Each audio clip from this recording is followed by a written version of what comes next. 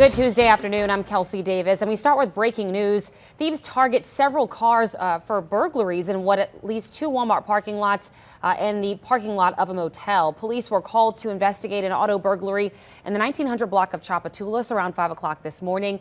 They found several vehicles burglarized in the parking lot of a business. We're talking with busted glass on the ground and other evidence. So far, there's no other information at this time. The parking lot sits between the New Orleans Police Traffic Division and the Walmart store there on Tchoupitoulas. Police say more cars are broken into at the Walmart in the 4300 block of Chef Mentor Highway. NOPD is also looking into vehicle burglaries at the Siegel Select Hotel, where witnesses say about a dozen vehicles were broken into. Police are looking for a dark sedan believed to be involved in these burglaries. Anyone with information on the incidents is asked to call NOPD or Crime Stopper.